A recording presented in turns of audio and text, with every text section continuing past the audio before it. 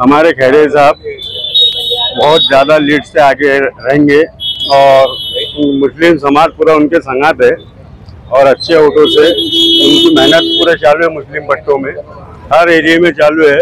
इसका ऐसा है मामला और हम नाचे सब कार्यकर्ता पैदल जाके सत्र मंडल पे जा रहे हैं।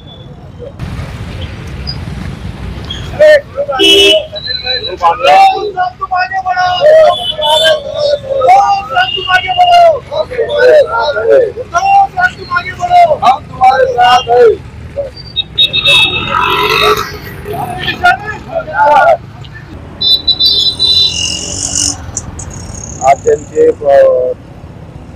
ठाकरे साहेबांची सभा आहे, याबद्दल काय सांगेल आणि निवडणुकीचं कसं चालू आहे? निवडणूक आजच्या वातावरण बघता निवडणुकीमध्ये खैरे साहेबांचा विजय हा निश्चित आहे। कारण की मागच्या वेळेस फक्त 4,000च्या फरकाने त्यांचा पराभव झाला होता, पण यावेळेस महाविकास आघाडी, काँग्रेस, राष्ट्रवादी, शिवसेना आणि पुन्हा खैरे साहेब हे नगरसेवक असल्यापासून ते खासदार मंत्री असेपर्यंत एकनिष्ठ होते।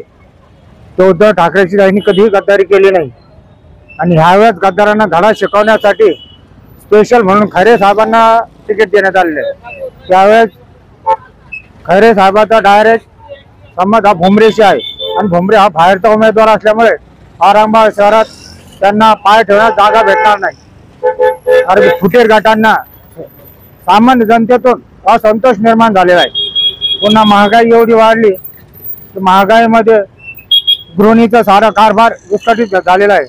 पेट्रोलचे भाव, डिझेलचे भाव, पुन्हा डाळीचे भाव, यामुळे जनता त्रस्त आहे आणि यांना याच्यातून जर आपल्याला निघायचं असेल तर राहुल गांधीचे हात बळकट करावे लागतील, उद्धव ठाकरेजीचे हात बळकट करावे लागतील। आजची सभा कशी होणार? आजची सभा रेकॉर्ड ब्रेक होणार आहे आणि उद्धव ठाकरेंचा जर भाषणाची शैली बघितली असता ते सत्य परिस्थिती आधारावर आज बोलत आहे। त्यामुळे खैरे साहेबांचा विजय हा निश्चित आहे। जय महाराष्ट्र। क्या कहेंगे आज जो उद्धव साहब की ठाकरे साहब की सभा होने वाली है? आज औरंगाबाद शहर के अंदर उद्धव जी ठाकरे के नेतृत्व के अंदर आज एक विशाल सभा औरंगाबाद वासियों ने रखी है।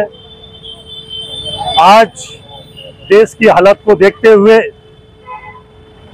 औरंगाबाद शहर के दिग्गज मुस्लिम लोग सारे अपने अपने एरिया से अपने अपने कार्यकर्ताओं को लेकर संस्कृत मंडल पर पहुंच रहे हैं।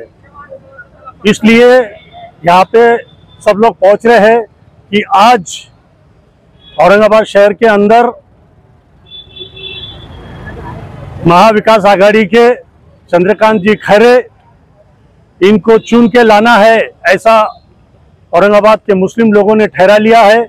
और आने वाले 13 तारीख को यहाँ पर मुस्लिम लोग चंद्रकांत खैरे को वोटिंग डालकर एक इतिहास बना लेंगे। औरंगाबाद के अगले खासदार किसको देखना चाहेंगे? इंजा जलील साहब को। क्यों देखना चाहेंगे? क्या इंजा जलील साहब ऐसा है, कोई जातिवाद नहीं, कुछ नहीं, हिंदू मुस्लिम सबको सराह लेके चलते और कुछ भी काम रहा तुरंत आ जाते और रोड का काम होगा, पानी का मसला होगा, कुछ भी मसला, छोटा से छोटा मसला रहे तो आवाम के पास आ जाते तुरंत। और कई लोग कुछ भी काम रहे तो इंजा जलील सर को फोन कर रहे और वो रोड का मसला हुआ या कोई अगर अपने महल्ले का टाउन के अंदर भी कई लोगों के महल्ले में वार्ड में जाके पूछे क्या तकलीफ है क्या नहीं, सबके छोटे से छोटे वार्ड में गए, छोटे छोटे वार्ड में गए। तो आप उनको देखना चाहिए। हाँ, इम्तियाज जलील साहब अगला खास। कोणाच्या प्रचारासाठी आले? काय उद्धव बाळासाहेब ठाकरे, चंद्रकांत खैरे साहेब प्रचारासाठी आलो आम्ही। कन्नडहून हिवरखेडा का होता मशाल चिन्ह बोला, काय वाटतं तुम्हाला ते यायला पाहिजे? काय काम केलेलं? नाही, खैरे साहेबांनी खूप काम केलेले आहे, उडान पुलाच काम केलेले आहे, आमच्या गावाला धार्मिक वगैरे भंडारा येते लई पण भरपूर काम केलं त्यांनी।